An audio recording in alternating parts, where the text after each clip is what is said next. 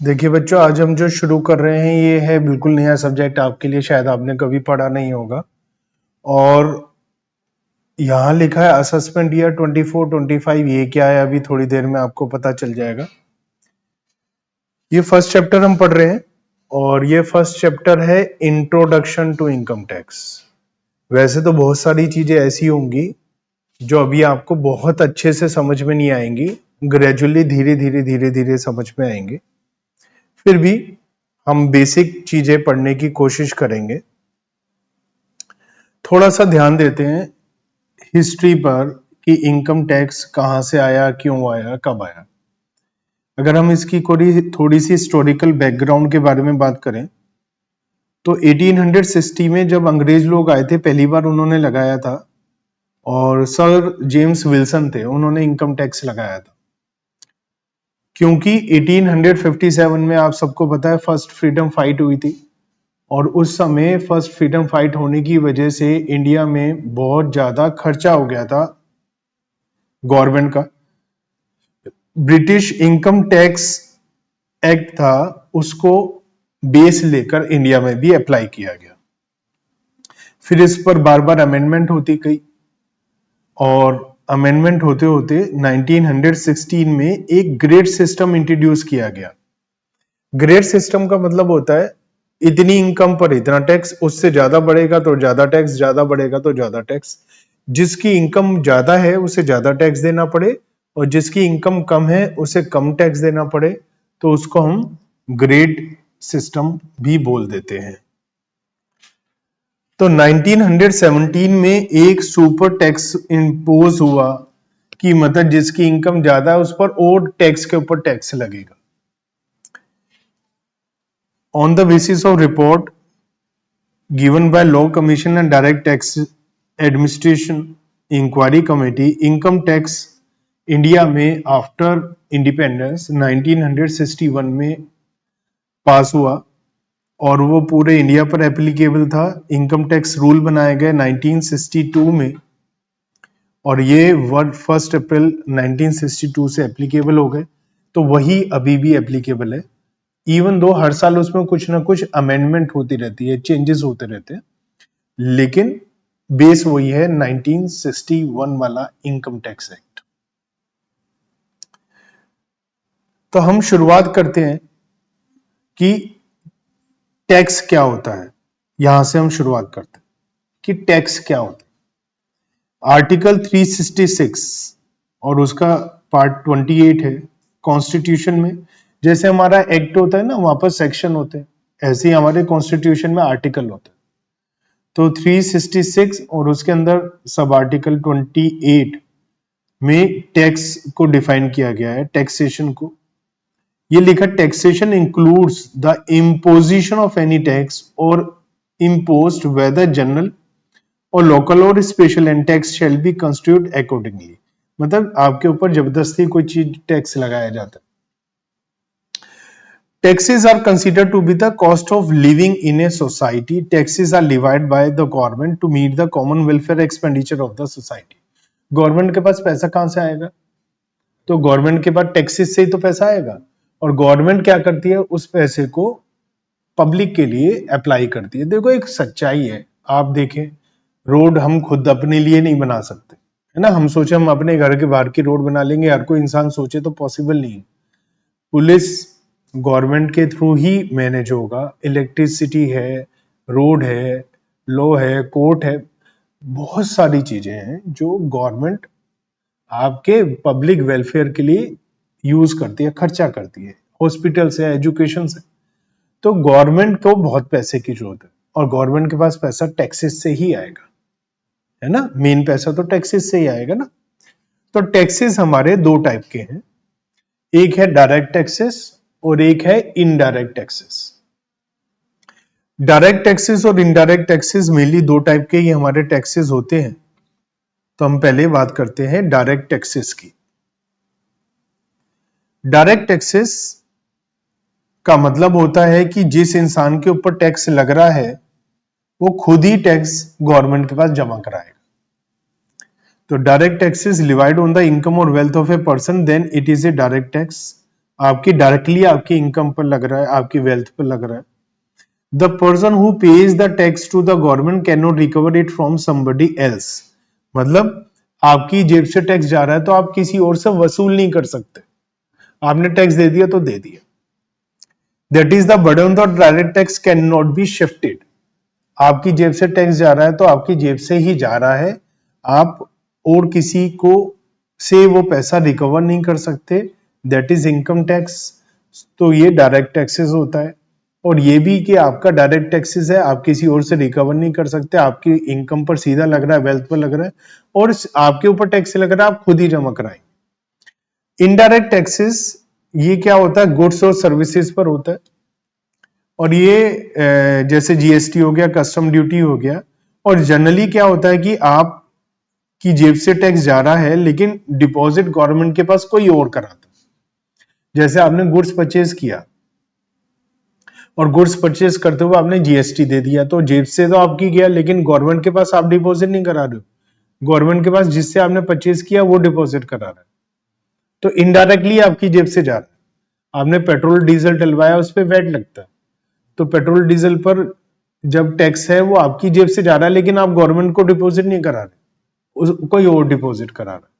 तो इसका मतलब जो टैक्स जिस इंसान के ऊपर पड़ रहा है वो खुद डिपॉजिट नहीं करा रहा है, कोई और डिपॉजिट करा रहा है। वैट तो सब पर ही लगता है। कुछ आपका जीएसटी है एक सब्जेक्ट, उसमें आपको पता चलेगा कि कुछ चीजों पर एग्जेम्पशन है और कुछ चीजें जीएसटी के दायरे से बाहर है। जैसे एल्कोहल हो गया, टोबैको प्रोडक्ट हो गए, या आपका पेट्रोल डीजल हो गया, तो ये चीजें तो जीएसटी के दायरे में ही नहीं आती है ना। और कुछ चीजें ऐसी हैं जीएसटी के दायरे में आती हैं, उस पर जीरो टैक्स है, मतलब उस पर टैक्स नहीं लगता है, तो वो जीएसटी में आप डिटेल में पढ़ेंगे। गवर्नमेंट किसी के ऊपर टैक्स लगा सकती है जब उसके पास पावर हो।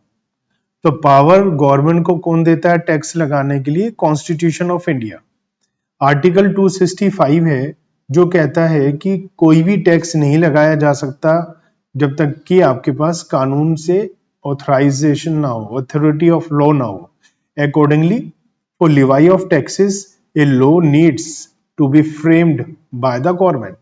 तो गवर्नमेंट को कोई लॉ पास करना पड़ेगा, बनाना पड़ेगा, और आपके गवर्नमेंट के पास पावर होनी पड़ेगी, तभी वो टैक्स आपके ऊपर लगा सकते हैं।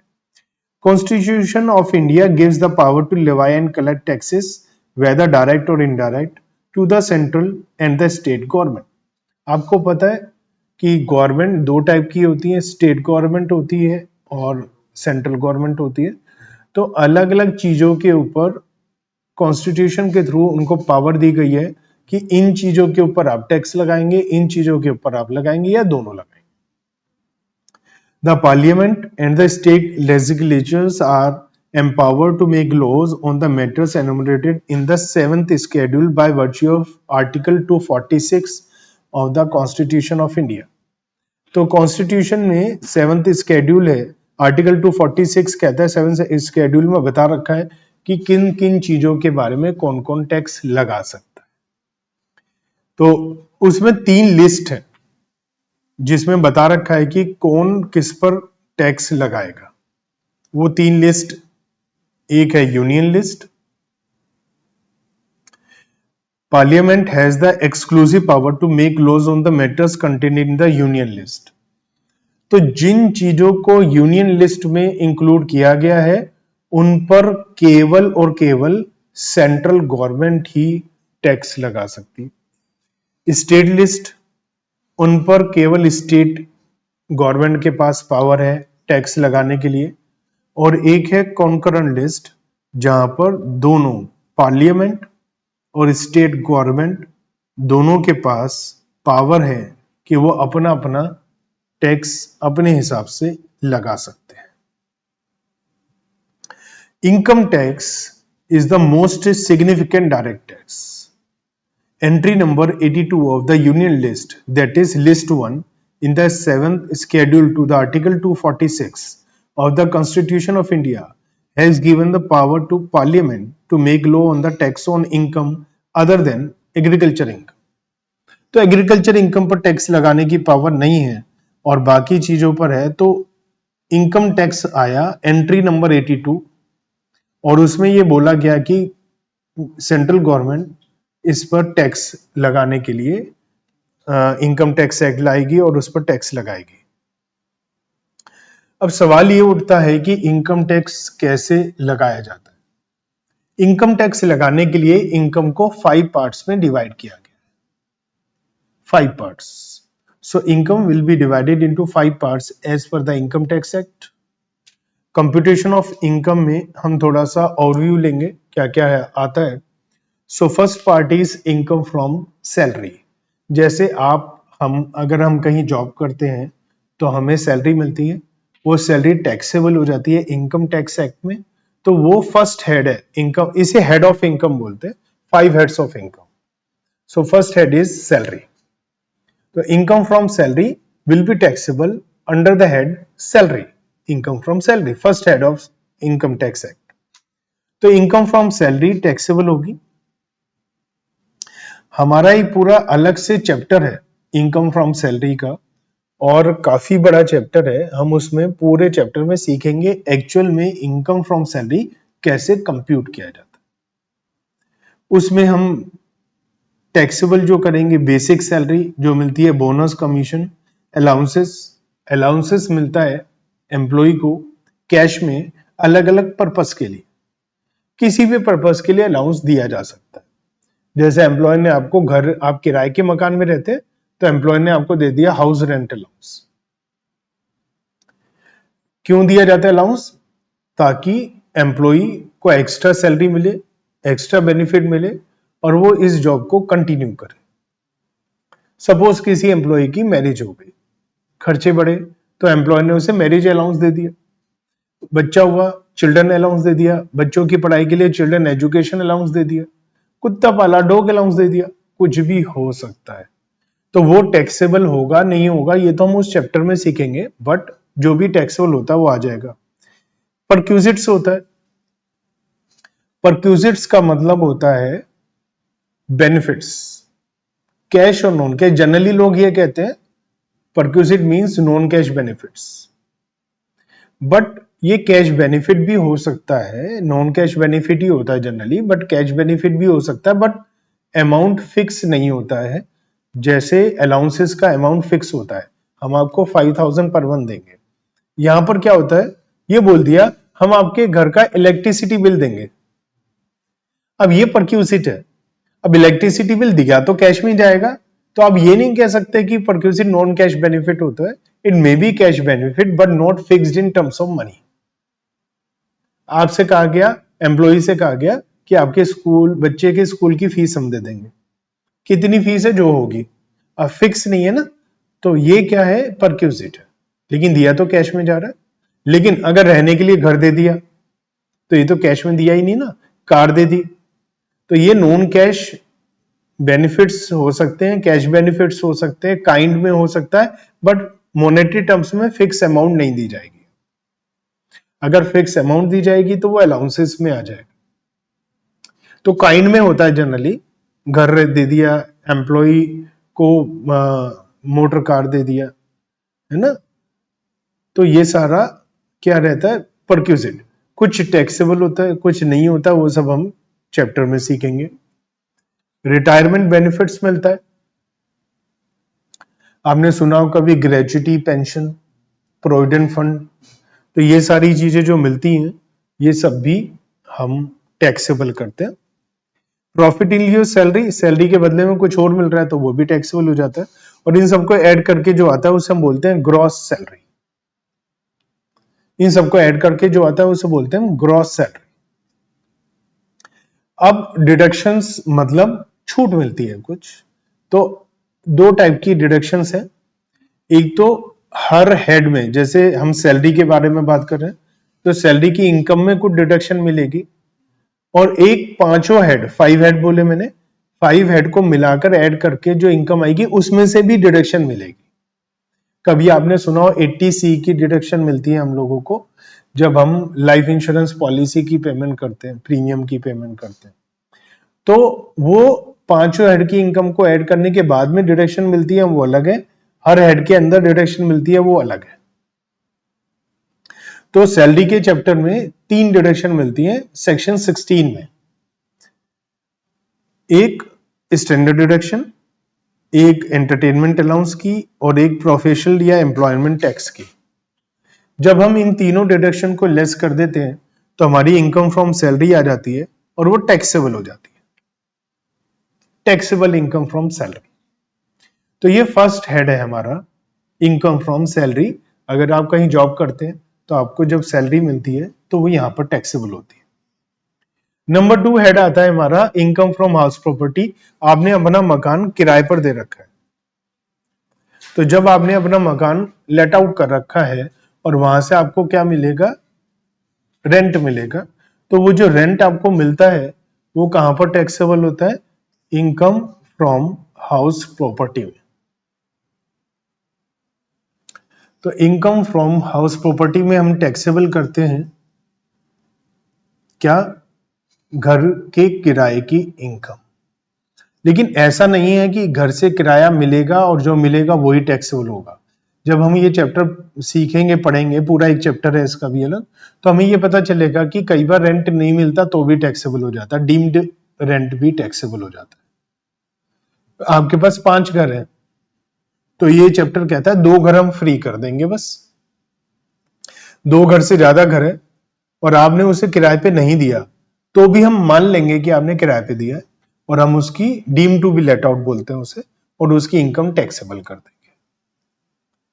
तो इसीलिए लोग क्या करते हैं, अपने नाम लेते हैं फिर वाइफ के नाम लेते हैं, ताकि बहुत ज्यादा घर अगर अपने नाम लेंगे तो उसकी एनुअल रेंटल इनकम टैक्सेबल होनी शुरू हो जाएगी। तो एक ग्रॉस एनुअल वैल्यू होती है। ग्रॉस एनुअल वैल्यू मतलब हम एक वैल्यूएशन करेंगे जो घर का किराया होना चाहिए, एक्सपेक्टेड रेंट और एक्चुअल किराया जो है उन दोनों में से जो भी ज्यादा है वो हम निकालते हैं ग्रॉस एनुअल वैल्यू।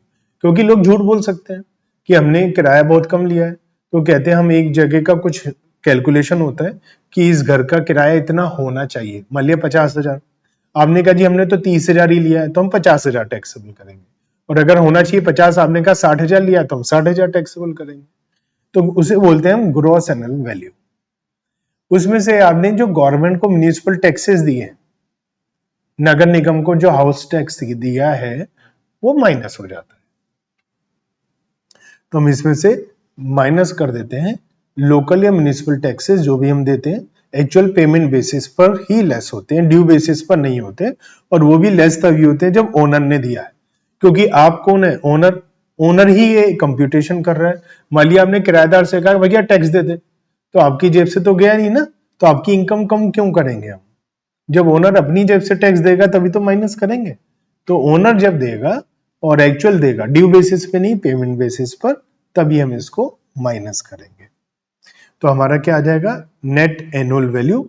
जैसे हमने पढ़ा था सैलरी में सेक्शन 16 में 3 डिडक्शन मिलती है, standard deduction, entertainment allowance and professional और एम्प्लॉयमेंट टैक्स। ऐसे ही यहाँ पर सेक्शन 24 में 2 डिडक्शंस मिलती हैं, एक स्टैंडर्ड डिडक्शन और एक interest on loan.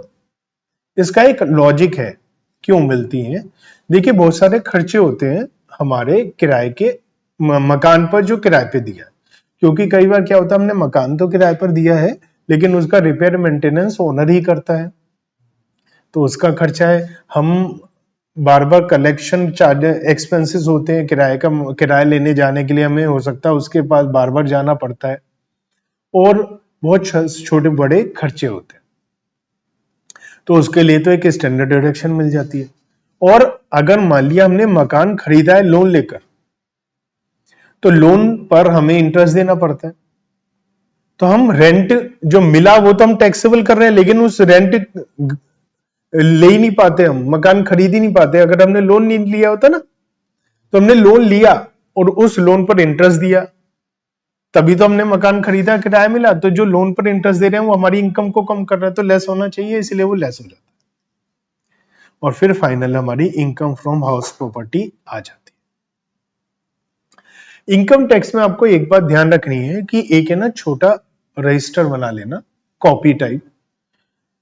Income tax में है ना, कम से कम 500,000 छोटे छोटे पॉइंट आएंगे जो आपको एग्जाम तक याद रखने पड़ेंगे। तो जो जो टॉपिक आप पढ़ते जाए उसके शॉर्ट नोट्स बनाते रहेंगे आप, नहीं तो एग्जाम में आप मुसीबत में आ जाएंगे, और इतनी बड़ी वो मुसीबत होगी कि आप डिप्रेशन में आ सकते हैं। और अगर वो शॉर्ट नोट्स बनाए और बार बार उन्हें पढ़ते रहेंगे तो आप बहुत कंफर्टेबल रहेंगे और आपको बहुत आसान लगेगा। तो फॉर एग्जाम्पल सैलरी में ही 50-100 पॉइंट होंगे छोटे छोटे जो आपको याद रखने पड़ेंगे। तो आपको क्या करना है, छोटे छोटे पॉइंट याद रखने के लिए उसे बनाते रहे नोट और लिखते रहे, ताकि आपको एग्जाम में उन्हीं को बार बार देखना पड़े। क्योंकि पूरा असाइनमेंट मेरा 500,000 पेज का है, अब उसमें आपने साइन लगा दिया, हाईलाइट कर दिया, पेपर में उसे पलटते पलटते ही आपके 3 घंटे खराब हो जाएंगे। एक कॉपी है 100 पेज की, 50 पेज की, उसमें आप अगर लिखा होगा तो केवल 50 पेज पलटने में और 500 पेज पलटने में टाइम का फर्क होता है। दूसरा, जो आप अपने हैंड राइटिंग में लिखते हैं वो ज्यादा अच्छे से आपको याद रहता है बजाय प्रिंटेड बुक के। There is no other alternate to write in your own hand writing, है ना, तो उससे याद करना आसान होता है। तो आप एक शॉर्ट नोट्स के लिए जरूर इनकम टैक्स में कॉपी बनाइए। तीसरे टाइप की जो इनकम होती है, तीसरी होती है इनकम बिजनेस एंड प्रोफेशन की। आप अपना बिजनेस करते हैं तो भी यहीं पर टैक्सेबल होगी इनकम, और आप अगर प्रोफेशनल हैं, आप डॉक्टर हैं, लॉयर हैं, चार्टर्ड अकाउंटेंट हैं, इवन मैं टीचर हूं, तो मेरी जो इनकम है वो प्रोफेशनल इनकम है। लेकिन अगर मेरा बिजनेस है पूरा तो एक अलग चीज है, वैसे प्रोफेशनल इनकम में ही आएगा। तो प्रोफेशनल कौन होते हैं, जो अपनी नॉलेज को यूज करके अर्निंग करते हैं, और बिजनेस वो होता है जो सामान बेचता है ना। तो आपने एक सामान खरीदा ज्वेलर से तो वो क्या है, बिजनेस। और आपने कंसल्टेंसी ली डॉक्टर की, लॉयर की, चार्टर्ड अकाउंटेंट की, तो वो क्या है, वो प्रोफेशनल फी होती है उनकी। तो वो बिजनेस हो या प्रोफेशन, दोनों ही थर्ड हेड में टैक्सेबल होते हैं। अगर ऑलरेडी आप सबको पता है कि हम प्रॉफिट एंड लॉस अकाउंट बनाते हैं, और प्रॉफिट एंड लॉस अकाउंट हम अकाउंटिंग के हिसाब से बनाते हैं। अकाउंटिंग के हिसाब से बनाते हुए एक बहुत ही इंपॉर्टेंट और जनरल रूल होता है, एक कॉन्सेप्ट होती है कंजर्वेटिज्म या प्रूडेंस अकाउंटिंग करते हुए, जहां पर ये लिखा जाता है कि provide for all expected losses but do not anticipate any profit. अगर आपको लग रहा है कोई लॉस होने वाला है तो उसे अभी लिख लो, कोई प्रॉफिट होने की उम्मीद है उसे जब तक मत लिखो जब तक सर्टेन ना हो। इनकम टैक्स कहता है यार ये तो बड़ी गलत बात है, इससे तो हमारे अब प्रॉफिट कम होता रहेगा और लोग टैक्स नहीं देंगे। दूसरी बात, लोग कहेंगे मुझे तो लग रहा है लॉस होगा, फालतू के लॉस दिखाने शुरू कर देंगे। इनकम टैक्स पूरा एक चैप्टर में सब बातें बताएगा कि जो अकाउंटिंग का प्रॉफिट है वो अलग है, और जो इनकम टैक्स का प्रॉफिट है वो अलग निकालना पड़ेगा आपको। जैसे डेप्रिसिएशन आप अकाउंटिंग में लगाते हैं, क्या लगाते हैं, आपकी इच्छा होती है। ये कहते हैं इच्छा के हिसाब से नहीं होगा, हम बताएंगे आपको डेप्रिसिएशन का रेट कैसे है और डेप्रिसिएशन कैसे कैलकुलेट करना है, हम बताएंगे आपको।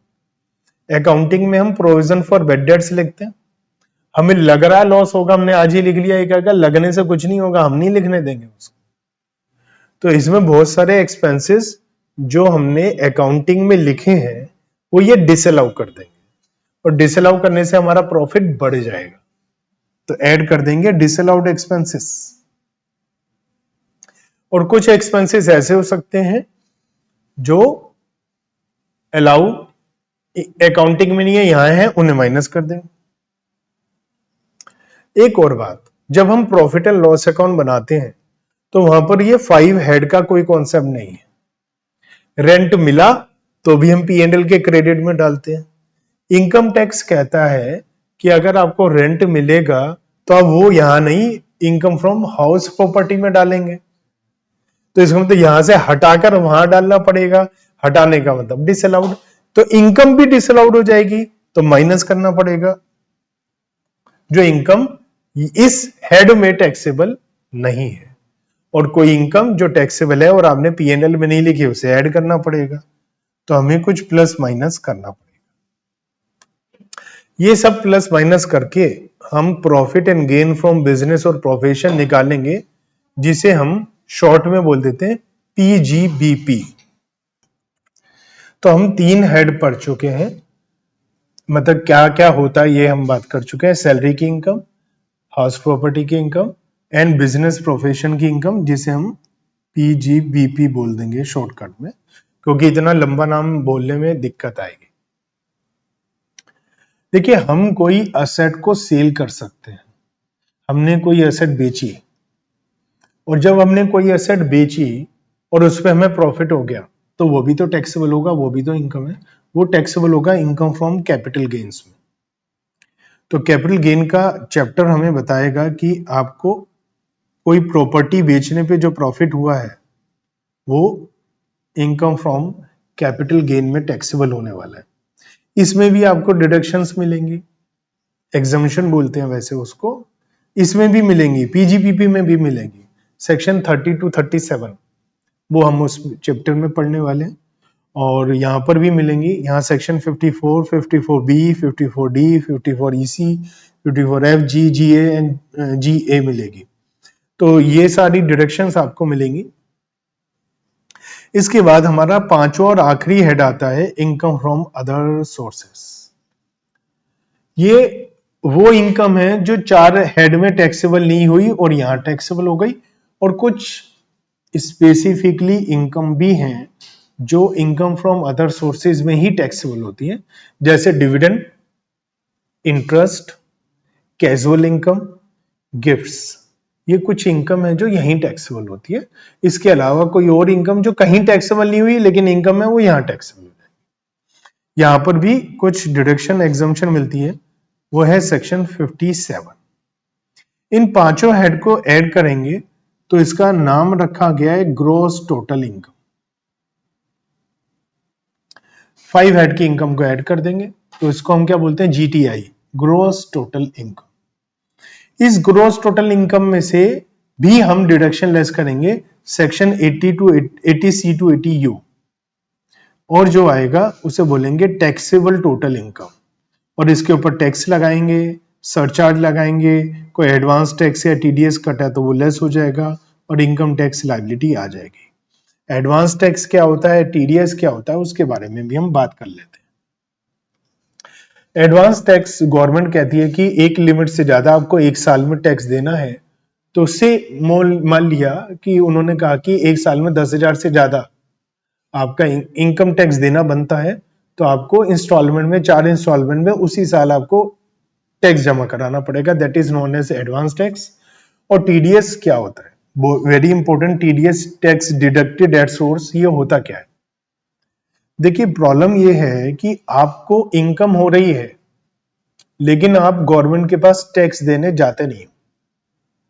आप नहीं जाते गवर्नमेंट के पास टैक्स देने। क्यों नहीं जाते? क्यों, हम क्यों टैक्स दें? कोई भी नहीं जाता। तो एक कंपनी है और इस कंपनी में 5,000 एम्प्लॉइज हैं। वो 5,000 एम्प्लॉई टैक्स नहीं देंगे। अब गवर्नमेंट, इंडिया के अंदर 150 करोड़ से ज्यादा लोग हैं जिसमें इनकम होती है जिनकी वो मान लिया 75 करोड़ भी है, उनको कौन कौन किसको देखोगे आप? तो very difficult to trace people who are earning money, तो बड़ा मुश्किल है। लेकिन जो कॉर्पोरेट एसएससी क्या बताऊंगा, कॉर्पोरेट है जो कंपनी है, उन सबके लिए कंपलसरी है कि वो इनकम टैक्स डिपार्टमेंट के पास इंफॉर्मेशन इनकम टैक्स के रिलेटेड देंगे टैक्स देना या नहीं। तो इस कंपनी को तो इनकम टैक्स डिपार्टमेंट के पास जाना ही जाना है। मैंने आपको एक बताया था PGPP, profit and gain from business और प्रोफेशन, उसमें क्या बनाएंगे, ये P and L account. Profit and loss account तो बनाया कभी आपने? एक्सपेंसेस में सैलरी नाम का एक्सपेंस होता है, तो एक्सपेंसेस में क्या लिखेंगे, ये सैलरी, एक खर्चा है इनका। इनकम किन की है? इन 5,000 एम्प्लॉइज की इनकम है या नहीं? लेकिन ये 5,000 एम्प्लॉय टैक्स नहीं देंगे।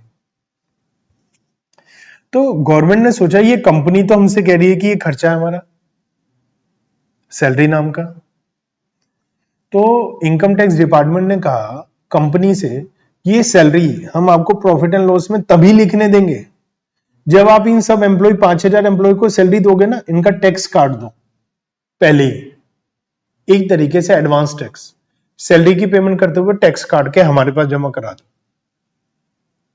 और हर एक एम्प्लॉय से कहो कि एक परमानेंट अकाउंट नंबर, पैन का नाम सुना होगा, एक परमानेंट अकाउंट नंबर, जैसे आप बैंक में अकाउंट खुलवाते हैं ना, ऐसे ही परमानेंट अकाउंट नंबर एक इनकम टैक्स डिपार्टमेंट के पास अकाउंट है आपका। तो जब कंपनी आपको सैलरी दे रही है और सैलरी देते हुए आपकी सैलरी में से टैक्स काट रही है, वो जमा कहां कराएगी गवर्नमेंट? आपके अकाउंट में जो इनकम टैक्स डिपार्टमेंट के पास होगा।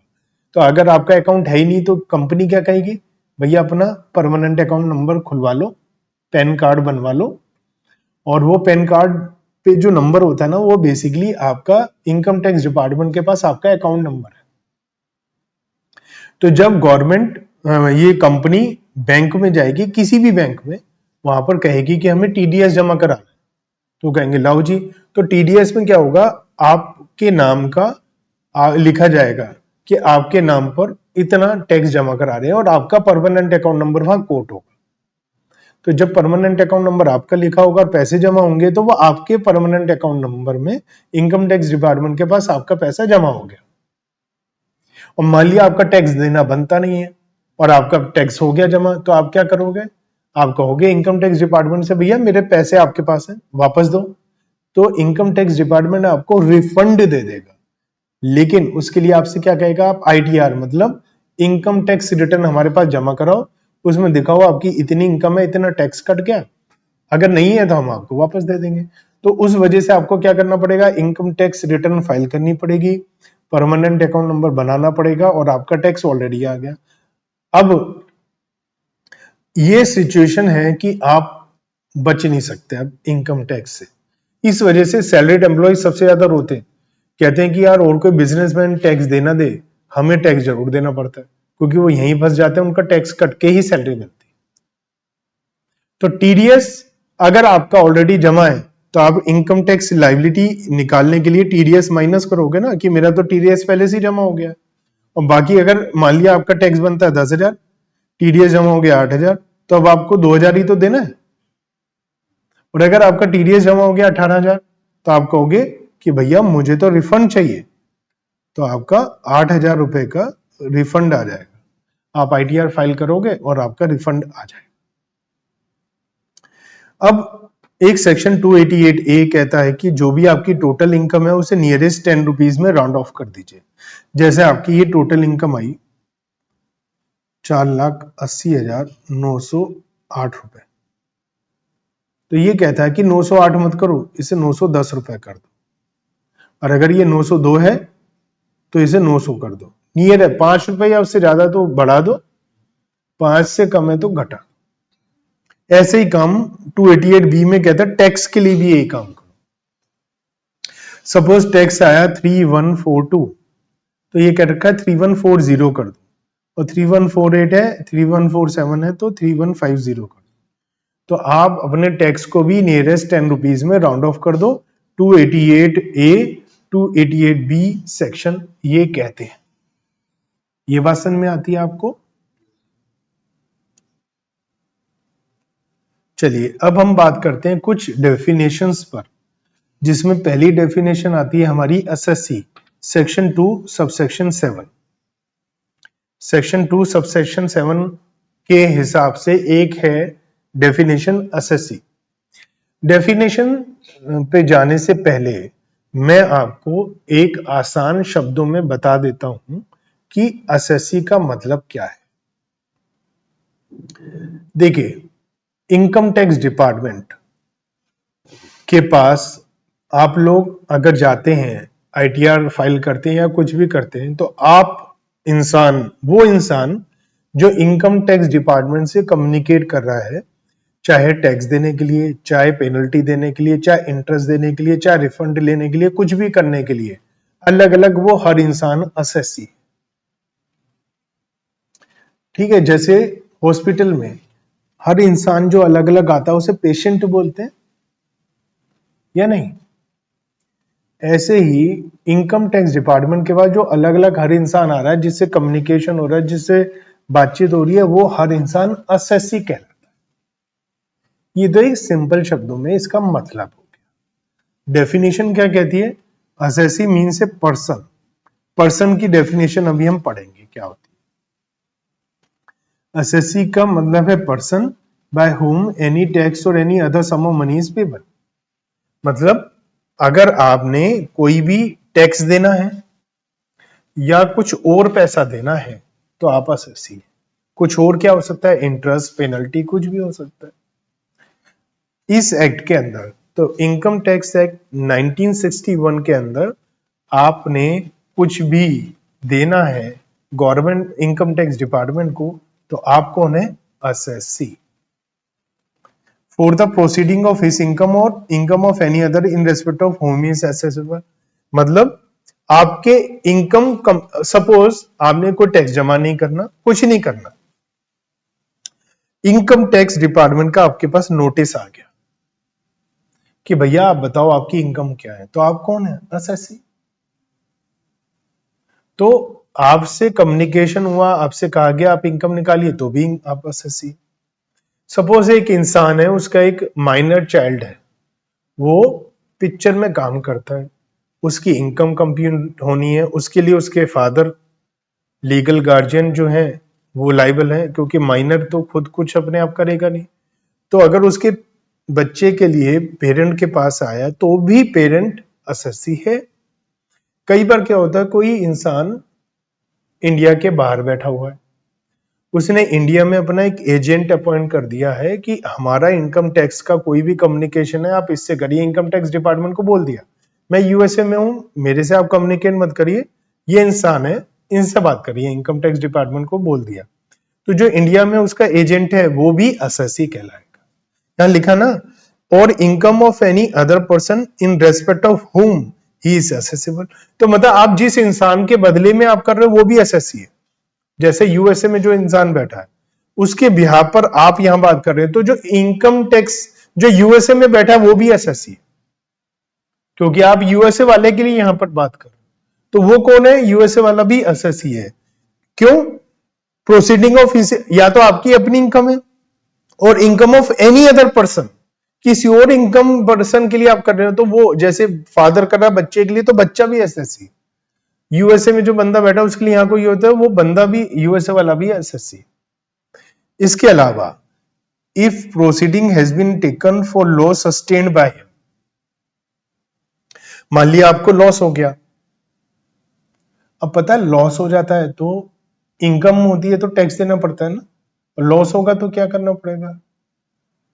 तो लॉस होगा तो ये नहीं कहोगे आप गवर्नमेंट से कि लाओ हमें वापस दो, उल्टा गवर्नमेंट कहती है, इनकम टैक्स डिपार्टमेंट कहता है आपको लॉस हुआ है ना, आप उस लॉस को अगले साल कैरी फॉरवर्ड कर लो, अगले साल प्रॉफिट होगा उससे सेट ऑफ कर लो। लेकिन ये तभी होगा जब आप इनकम टैक्स रिटर्न फाइल करके बताओगे हमें लॉस हुआ है। तो इसीलिए लिखा है अगर आपको लॉस हुआ और आपने इनकम टैक्स रिटर्न फाइल करके बोला हमें लॉस हुआ, तो भी आप असेसी है, क्योंकि अगर आपको लॉस हुआ तो आप टैक्स तो दे नहीं रहे, तो आपसे ये तो ऊपर तो ये लिखा आपने टैक्स देना तो आप असेसी हैं, लेकिन यहां लिखा आपने टैक्स नहीं देना, आपको लॉस हुआ है तो भी आप असेसी। प्रोसीडिंग रिफंड के लिए चल रही है तो भी असेसी है, प्रोसीडिंग इनकम टैक्स के कंप्यूटेशन के लिए चल रही है तो भी असेसी। तो इन शॉर्ट आपसे कम्युनिकेशन हो रहा है डिपार्टमेंट का किसी भी पर्पस के लिए तो आप असेसी है। डीम्ड असेसी, कई बार माना हुआ जाता है असेसी है, deemed to assessee in default. अब देखो आपके पास एक नोटिस आया, भैया अपनी इनकम बताओ, आपने जवाब नहीं दिया, फिर नोटिस आया इनकम, आप जवाब ही नहीं दिया, आपको कुछ हो ही नहीं रहा, आप assessee deem to be assessee in default हो जाएंगे, तो भी आप असेसी ही माने जाएंगे। तो सेक्शन 2 सबसेक्शन 7 कहता है असेसी कौन? तो असेसी ये सब लोग हैं, और इसमें लिखा है असेसी का मतलब पर्सन। तो पर्सन कौन है वो सेक्शन 231 में बताया गया। पर्सन वो है जिसकी इनकम निकली जा सकती है, 5 हेड की इनकम जिसकी निकाली जा सकती है वो पर्सन है। और वो कौन है? वो हर इंसान को इंक्लूड कर लेंगे, हर इंसान के अलावा जो इंसान नहीं है उसको भी इंक्लूड कर लेंगे अगर किसी की इनकम है, क्योंकि इनकम पे तो टैक्स सबको ही देना पड़ेगा। तो पर्सन से हमें लगता है आप और हम इंसान, लेकिन यहाँ पर्सन की डेफिनेशन में ज्यादा बड़ी है, या इंसान के अलावा कंपनी फर्म सबको इंक्लूड कर लिया। तो पर्सन का मतलब यह है कि एक तरीके से जिसकी भी इनकम होगी वो पर्सन होगा। इंडिविजुअल, आप में अकेले इंसान है तो कौन है? इंडिविजुअल। तो इंडिविजुअल की इनकम भी टैक्सेबल होगी क्योंकि पर्सन की इनकम टैक्सेबल होती है। Hindu undivided family, family business है, हिंदू फैमिली है, तो वो भी क्या है? पर्सन। पार्टनरशिप फर्म कौन है? पर्सन। कंपनी कौन है? पर्सन। एसोसिएशन ऑफ पर्सन, अब ये क्या होता है? अब ये पर्सन में तो ये सब है। एसोसिएशन ऑफ पर्सन का मतलब है मान लिया एक एचयूएफ और एक पार्टनरशिप फर्म मिलकर काम कर रही है और किसी और चीज में रजिस्टर्ड नहीं है। एक एचयूएफ एक पार्टनरशिप फर्म मिलकर काम कर रहे हैं और किसी चीज में रजिस्टर्ड नहीं है, तो कौन है ये? दो अलग अलग पर्सन मिलकर काम कर रहे हैं, तो इन्हें क्या बोलेंगे? Association of person. ठीक है। और बॉडी ऑफ इंडिविजुअल, दो इंसान मिलकर काम कर रहे हैं लेकिन पार्टनरशिप में रजिस्ट्रेशन नहीं कराया, तो कौन है वो? Body of individual. जैसे आपने सुना होगा कभी जॉइंट वेंचर है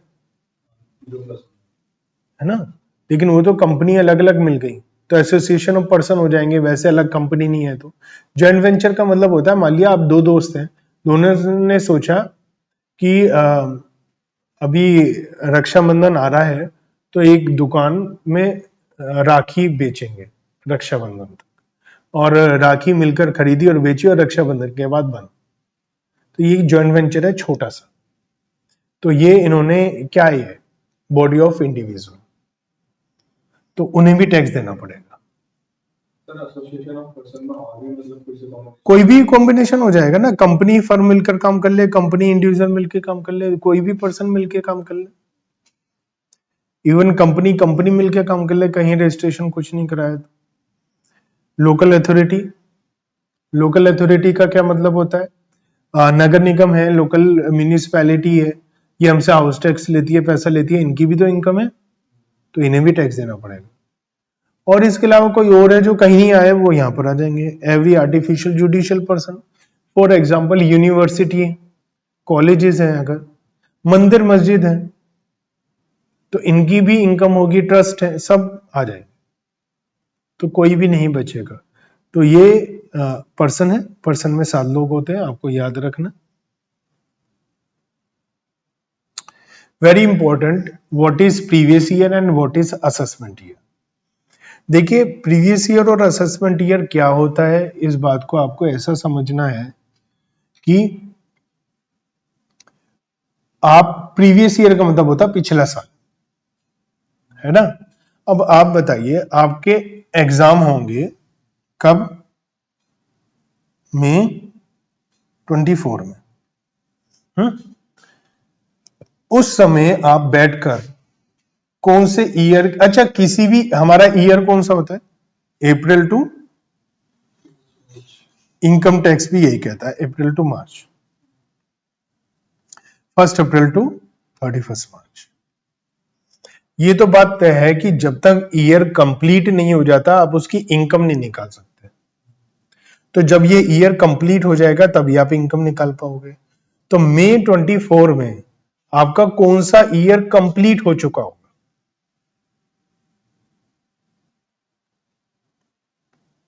फर्स्ट अप्रैल 23 से 31 मार्च 24 को जो ईयर हुआ एक साल, यही तो कंप्लीट हो गया होगा, और ये पिछला साल होगा या नहीं?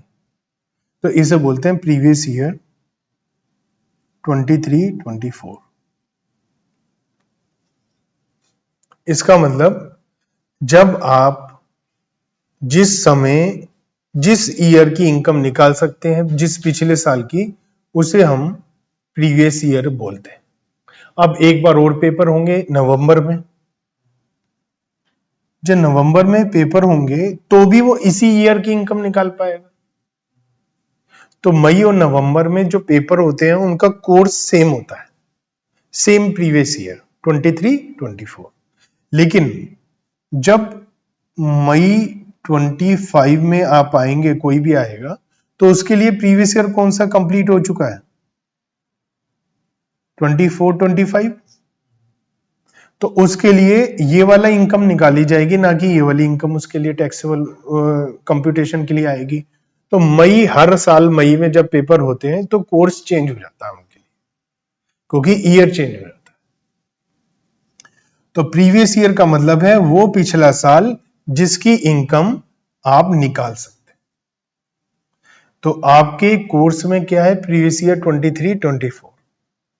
तो इस प्रीवियस ईयर के आप इनकम कंप्यूट कर पाएंगे।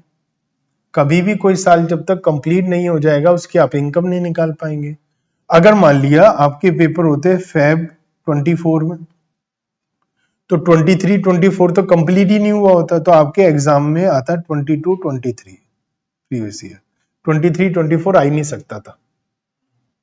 तो हमें ये इसी हिसाब से अब क्या होता है आपका, अभी आज डेट, अगर हम आज डेट देखें तो आज हमारी डेट है 22 अगस्त 23। आज की डेट ये है।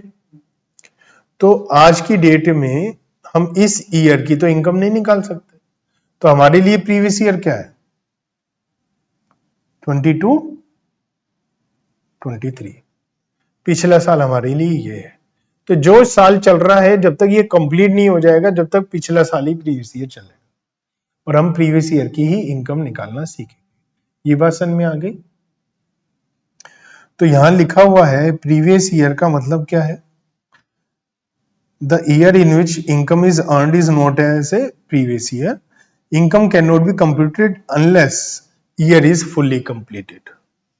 So the year income of which is computed is called previous year.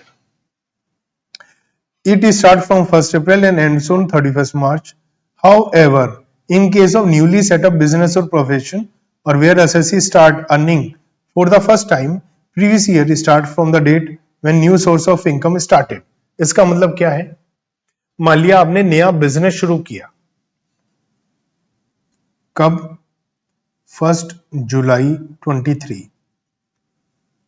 तो आपका प्रीवियस ईयर, पहली बार आपकी इनकम शुरू हुई 1 जुलाई से, तो आपका प्रीवियस ईयर पहला वाला 9 महीने का होगा, 1 जुलाई से 31 मार्च। अगले हर एक ईयर 12-12 महीने के होंगे। मान लिया आपकी जॉब लगी 1 जुलाई से, तो 9 महीने का पहला साल होगा। मान लिया आपकी जॉब लगी 1 नवंबर से, तो आपका पहला साल 5 महीने का होगा, फिर हर साल 12-12 महीने। तो ये लिखा है, वैसे तो जनरली हमारा प्रीवियस ईयर 12 महीने का होता है, लेकिन अगर आपकी पहली बार इनकम आ रही है तो जिस दिन से आपकी इनकम शुरू हो रही है या बिजनेस शुरू हो रहा है वहीं से ही आपका प्रीवियस ईयर स्टार्ट होगा। एंड तो 31 मार्च को ही होगा, फिर आने वाले हर साल 12-12 महीने के होंगे। Normally, income tax is computed and payable by the assessee in the assessment year. What is the meaning of assessment year? देखिए, असेसमेंट का मतलब क्या होता है, इसके लिए ये सीखना जरूरी है। तो असेसमेंट का मतलब होता है इनकम को कंप्यूट करना, असेस करना। तो इनकम को कंप्यूट आप तभी कर सकते हैं जब प्रीवियस ईयर कंप्लीट हो जाए, और प्रीवियस ईयर कंप्लीट होने के बाद जब आपका नया साल शुरू हो जाएगा तो उसमें अपनी इनकम को असेस करेंगे, तो उस ईयर को असेसमेंट ईयर बोलते हैं। इन शॉर्ट, प्रीवियस ईयर से अगले साल को असेसमेंट ईयर बोलते हैं। तो आपका प्रीवियस ईयर क्या है बताओ? 2023 24। तो असेसमेंट ईयर क्या है? मतलब आप 24 25 ईयर में अपनी इनकम को असेस करेंगे। और कौन सी इनकम को असेसमेंट करेंगे? 23 24 प्रीवियस ईयर की इनकम को। तो अगर आप बोलते हैं ना प्रीवियस ईयर 23 24, या बोलते हैं असेसमेंट ईयर 24 25, एक ही बात है, लेकिन असेसमेंट ईयर ज्यादा बोला जाता है। तो असेसमेंट ईयर 24 25। अब एक बात बताओ, प्रीवियस ईयर 22 23 का असेसमेंट ईयर क्या होगा? प्रीवियस ईयर 23 24 का असेसमेंट ईयर क्या होगा? अब ध्यान से देखो, ये क्या है, असेसमेंट ईयर 23-24, और ये क्या है, प्रीवियस ईयर 23-24। इसका मतलब हर साल प्रीवियस ईयर भी हो सकता है, असेसमेंट ईयर भी होता है, डिपेंडिंग आप कर क्या रहे हैं। अगर आप उसी साल की इनकम निकाल रहे हैं तो वो है प्रीवियस ईयर, और अगर आप पिछले साल की इनकम निकाल रहे हैं तो वो है असेसमेंट ईयर। समझ रहे हो? तो each year can be previous और assessment year depending on what you are calculating. अगर आप इस ईयर की इनकम निकाल रहे हैं, जिस ईयर की इनकम निकालते हैं उसे प्रीवियस ईयर बोलते हैं, और जिस ईयर में इनकम निकालते हैं पिछले साल की, उसे असेसमेंट ईयर बोलते हैं। असेसमेंट ईयर हमेशा 12 महीने का होता है, लेकिन प्रीवियस ईयर 12 महीने से कम हो सकता है जब आपकी इनकम पहली बार स्टार्ट होती है। बात समझ में आती है? अब प्रीवियस ईयर की इनकम पर टैक्स कब देंगे आप? असेसमेंट ईयर में। प्रीवियस ईयर की इनकम कब कंप्यूट करेंगे? असेसमेंट ईयर में। प्रीवियस ईयर की इनकम प्रीवियस ईयर में तो कंप्यूट हो ही नहीं सकती क्योंकि कंप्लीट नहीं हुआ, लेकिन इसका कुछ एक्सेप्शन है। एक्सेप्शन क्या है? कुछ केसेस में प्रीवियस ईयर की इनकम को प्रीवियस ईयर में ही कैलकुलेट किया जाता है। जिस ईयर की इनकम है उसी ईयर में ही कंप्यूट किया जाता है। अभी आपको समझ में आ जाएगा क्यों। Shipping business of non resident, मान लिया अमेरिका से या किसी और बाहर की कंट्री से इंडिया में एक शिप आया, इंडिया में शिप आया और उसने इंडिया में सामान उतारा और लोग उतारे और उनसे पैसा लिया, अब वो जा रहा है। अभी इसी अगले चैप्टर है एक residential status and scope of income, उसमें हम ये देखेंगे कौन सी इनकम पर किसको टैक्स देना पड़ेगा। तो उसमें हम एक बात पढ़ेंगे, इंडिया से रिलेटेड कोई भी इनकम आपने रिसीव करी इंडिया में या इंडिया में कमाई, उस पर इंडिया में टैक्स देना पड़ेगा, आप चाहे कोई भी हो, दुनिया में कहीं पे भी रहते हो। अगर इंडिया में आपको इनकम मिली या इंडिया से आपने इनकम कमाई तो आपको इंडिया में टैक्स देना पड़ेगा। सपोज इंडिया में कोई बाहर की कंट्री से एक सिंगर आया, इंडिया में उसने स्टेज शो किया, उसे पैसा मिलेगा तो उसे इंडिया में टैक्स देना पड़ेगा। हो सकता है उसे पैसा उसी की कंट्री में जाकर मिले, लेकिन परफॉर्मेंस कहां दी उसने? इंडिया में। तो कमाया कहां पैसा? इंडिया में। तो टैक्स इसे इंडिया में देना ही पड़ेगा। समझ में आती है बात?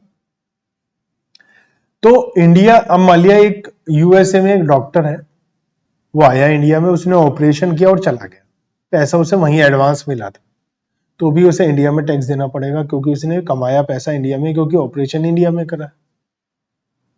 सपोज एक यूएसए में डॉक्टर है, उसने यूएसए में ही किसी का ऑपरेशन किया और वो था इंडियन, ठीक है, लेकिन सिचुएशन क्या है, यूएसए से वो इंडिया में घूमने आया था, इंडिया में घूमने आया था, घूमते घूमते उसे एक इंडिया में इंसान मिला, बातचीत हुई, पता चला उस इंसान पैसे वाला है, उसे ऑपरेशन कराना है, उसे पता चला ये डॉक्टर है, यूएसए में दोनों की बातचीत हुई, तय हुआ, उसने इंडियन ने कहा मैं आऊंगा अगले महीने यूएसए में, आपसे ऑपरेशन कराऊंगा, ये लो 50 लाख रुपए, उसने इंडिया में पेमेंट कर दी, डॉक्टर ने ले ली, वो पहुंच गया यूएसए में गया और 1 महीने बाद इंडियन गया और वहां पे ऑपरेशन करा लिया, उसका पैसा इंडिया में टैक्सेबल हो जाएगा डॉक्टर का, क्योंकि उसे इंडिया में पैसा मिला,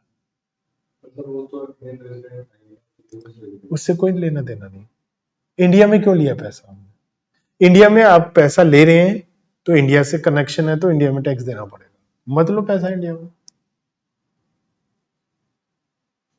तो अब ऐसे ही शिपिंग बिजनेस है, इंडिया में आया, सामान उतारा, लोगों को उतारा, जा रहा, उसे पकड़ लेंगे, भैया कहां जा रहा है, रुक जा, टैक्स। वो कहेगा ऐसा है अभी तो प्रीवियस ईयर चल रहा है, ये प्रीवियस ईयर खत्म होगा, अगले साल असेसमेंट ईयर में टैक्स निकाल के दे दूंगा। उनका ना भैया ना, तू है नॉन रेजिडेंट, शिपिंग बिजनेस तू जा रहा, अब कभी जिंदगी में आएगा नहीं आएगा कुछ भरोसा नहीं है, ना ना तू जाएगा नहीं, अभी टैक्स देगा। वो कहेगा कैसे टैक्स दूंगा, बड़ा लंबा चौड़ा कैलकुलेशन है, उसे कहेंगे हम आसान बना देते हैं, आपको केवल 7.5% फ्रेट का टैक्स देना है और जाना है, तो उनको आसान कर दिया, लेकिन उनसे कहा कि आपको टैक्स देना पड़ेगा इंडिया में अभी। तो क्या है, एक शिप है और नॉन रेजिडेंट की है, पैसेंजर आ रहे हैं, लाइव स्टॉक आ रहा है, सामान आ रहा है, गुड्स आ रहा है इंडिया में। इंडिया से जाना अलाउ तभी होगा जब वो टैक्स दे देगा या अरेंजमेंट करेगा कि टैक्स दे देगा, तभी उसको जाने देंगे। लेकिन आसान बनाना पड़ेगा ना। तो 7.5%, 7.5% ऑफ रेट जो होगा वो इंडिया में, वेदर इन इंडिया और outside India, account on such categories deemed to be in India, क्योंकि वो इंडिया में आया है और उसको इंडिया में टैक्स दिए बगैर जाने नहीं देंगे। क्योंकि लॉजिकल है भैया, आप इंडिया में आए हो, इंडिया के अंदर एंट्री मारी आपने, भैया इंडिया से कमाई कर रहे हो, इंडिया में टैक्स देना पड़ेगा ना आपको। ऐसे कैसे जाने देंगे आप। अब कोई इंडिया छोड़कर जा रहा है, साल के बीच में जा रहा है कोई इंडिया छोड़कर, परमानेंट वीजा में सब होता है ना, परमानेंट जा रहा है 1 महीने के लिए। अभी कोई जा रहा है इंडिया छोड़कर और इस साल तक की इनकम पर उससे कहेंगे भैया टैक्स दे दे पहले, क्योंकि तू जा रहा है, वापस आएगा नहीं आएगा हमें क्या पता। तो सेक्शन 174 क्या कहता है, कोई पर्सन इंडिया छोड़कर जा रहा है, where it appears to the assessing officer that any individual may leave India during the current year or shortly after its expiry and he has no present intention of returning to India, the total income of such person for the period from the expiry of the respective previous year up to the probable date of his departure from India is chargeable to tax in the assess। मतलब हमें लग रहा है वो जा रहा है और वापस नहीं, अगर असेसिंग ऑफिसर को ये लगेगा, असेसिंग ऑफिसर होता है इनकम टैक्स डिपार्टमेंट का ऑफिसर, तो यहां कंपलसरी नहीं है, यहां पर क्या है, असेसिंग ऑफिसर को लगेगा कि वो वापसी नहीं आएगा या टैक्स नहीं देगा तो वो कह सकता है, यहां एक ऑप्शन है। लेकिन सेक्शन 172 में ऑप्शन नहीं है, यहां तो देना ही देना है। AOP BOI artificial judicial person किसी पर्टिकुलर इवेंट के लिए बने हैं 174। अब हमने कहा आपने एक राखी की एक दुकान खोली, दिवाली पे पटाखे की, पटाखे बेचे, दिवाली खत्म, 2-3 दोस्तों ने मिलकर करे अब अलग अलग, तो उनसे कहेंगे भैया अभी दे दो टैक्स, क्योंकि तुम अलग अलग हो रहे हो, तुम्हारा क्या भरोसा, अब कहां जाओगे, कहां ढूंढते रहेंगे तुम। तो जहां एओपी बीओआई है, पर्टिकुलर इवेंट के लिए आई है और असेसिंग ऑफिसर को लगता है कि भैया आगे टैक्स नहीं मिलेगा, तो वो कह सकता है कि हमें अभी टैक्स दे दो। Section 175, person likely to transfer property to avoid tax. अगर ऐसा लगता है, यहां पर भी ऐसा लगता है असेसिंग ऑफिसर को कि कोई इंसान अपनी प्रॉपर्टी बेच रहा है, सेल कर रहा है, ट्रांसफर कर रहा है, और कुछ इस तरीके से कि वो अपनी एसेट वगैरह बेच बाच के लाइबिलिटी इनकम टैक्स की देने से बचना चाह रहा है, कुछ ऐसा लगता है, तो हम उससे कह सकते हैं कि भैया ना ना अभी दे दे टैक्स, हम तुम्हारा इंतजार नहीं करेंगे, तुम बेच बाच के निकल जाओगे, कुछ गड़बड़ लग रही है, तो उससे कहा जा सकता। कोई अपनी प्रॉपर्टी वगैरह बेच रहा है, कुछ कर रहा है, तो हमें लग रहा है कि वो ऐसा करने से अपना टैक्स नहीं देगा या टैक्स में कुछ सेटिंग करेगा, बचा लेगा, तो हम उससे कह सकते हैं भैया अभी हमें टैक्स। मान लिया कुछ ऐसा हो सकता है, कुछ सेटिंग कर रहा है, पैसा बाहर भेज रहा है, कुछ ऐसा कर, कुछ भी हो सकता है सिचुएशन, सब कुछ बेच बाच के निकल रहा है, अपना कुछ कर रहा है। डिसकंटिन्यूड बिजनेस, आपने अपना बिजनेस बंद कर दिया, तो आगे हो सकता है आप गायब हो जाए कहीं, तो आपसे कहा जा सकता है कि आप टैक्स दे दीजिए। ठीक है, असेसिंग ऑफिसर को लगेगा तभी, यहां पर भी यही बात। तो सेक्शन 172 के अलावा सब में यही है कि लगेगा अगर असेसमेंट ईयर को, तो असेसिंग ऑफिसर को, तो आपसे वो कह सकता है। असेसमेंट ईयर की बात करी थी मैंने, आपको बताया था असेसमेंट ईयर होता है प्रीवियस ईयर से अगले 12 महीने, जो हमें ये बताते हैं कि यहाँ पर आपको इनकम कंप्यूट करनी है प्रीवियस ईयर। तो प्रीवियस ईयर से अगले 12 महीने को हम असेसमेंट ईयर बोलते हैं। ठीक है,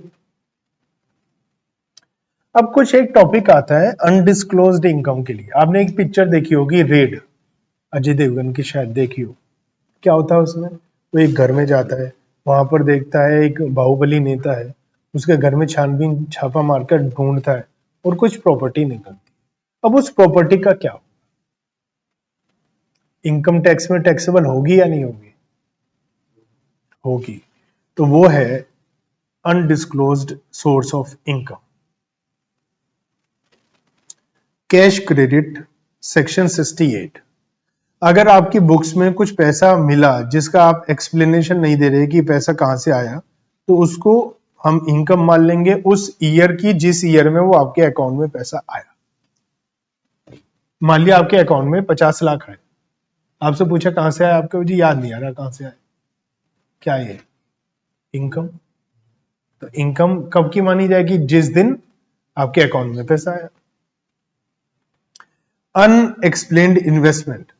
हमने देखा आपकी कहीं प्रॉपर्टी है, कहीं इन्वेस्टमेंट है, आपसे पूछा ये इन्वेस्टमेंट करने के लिए पैसा कहां से आया, क्योंकि आईटीआर तो आपने फिल नहीं करी, इनकम टैक्स रिटर्न में तो आपने बताया नहीं आपका कोई इनकम है। आपके पास 5 करोड़ की जमीन कहां से आ गई? कहां से आया पैसा आपको? जी याद नहीं आ रहा हमें कहां से आया। तो क्या ये इनकम? तो जिस साल प्रॉपर्टी खरीदी, जिस साल इन्वेस्टमेंट खरीदी, उस साल की इनकम मान ली जाएगी। तो where in the financial year immediately preceding the assessment year, the assessee has made investment which are not recorded in the books of account, और assessing officer को कोई explanation नहीं दे पाया कि ये पैसा कहां से आया, तो assessing officer ये इनकम आपकी डीम्ड इनकम मानते हुए इस पर टैक्स लगा देगा। अनएक्सप्लेन्ड मनी, जैसे अब उसने दीवार तोड़ी, अंदर से सोना पैसा निकल रहा है, तो वो क्या है? Unexplained money. उससे पूछा कहां से आया पैसा, तो where in any financial year assessee is found to be owner of money, bullion, jewelry और other valuable article, books of account में कहीं नहीं शो कर रखे हैं, कोई एक्सप्लेनेशन नहीं है, तो ये अब हमें तो नहीं पता ये पैसा कब का है, तो ये जब मिलेगा उस साल की इनकम मान ली जाएगी। तो छापे में ही मिलेगा या कोई शिकायत करेगा तभी मिलेगा ना, तो वो जब मिलेगा तब की इनकम मानी जाएगी, क्योंकि हम इन्वेस्टमेंट में तो पता ना इस ईयर की इन्वेस्टमेंट है, प्रॉपर्टी है रजिस्ट्री इस साल का रही हमें पता उस साल की है, कैश मिला अब कब का हमें नहीं मालूम, तो जिस साल मिला उस साल की इनकम मान लेंगे ना। बुलियन जैसे होता है ना, सोने की ईंट है, बिस्किट है, इस तरीके की चीजें है ना। Amount of investment etcetera not fully disclosed in the books of account. आपकी इन्वेस्टमेंट है 50 लाख की, आपने दिखा रखी है 2 लाख की, तो जो डिफरेंस है वो भी तो इनकम हो जाएगी ना। तो फाइनेंशियल ईयर में एसएससी ने पता चला कि वो ओनर तो है, लेकिन पता चला कि वो अमाउंट बहुत कम की दिखा रखी है, मार्केट वैल्यू बहुत ज्यादा है और आपने अमाउंट कम की दिखा रखी है, तो वो जो डिफरेंस है सेटिस्फैक्ट्री आप नहीं दे पा रहे हैं जवाब, तो जो डिफरेंस है वो टैक्सेबल हो जाएगा। Section 69C unexplained expenditure. अब एक बार बताओ, एक इंसान है, उसने क्या करा, अपनी बिटिया की शादी करी और 50 करोड़ रुपए शादी में खर्च कर दिए। उस शादी में उसने इनकम टैक्स ऑफिसर को भी बुलाया। इनकम टैक्स ऑफिसर ने कहा ये 50 करोड़ रुपए खर्च करे हैं और इसकी आईटीआर तो जमा ही नहीं होती है, तो इस पे 50 करोड़ आए कहां से?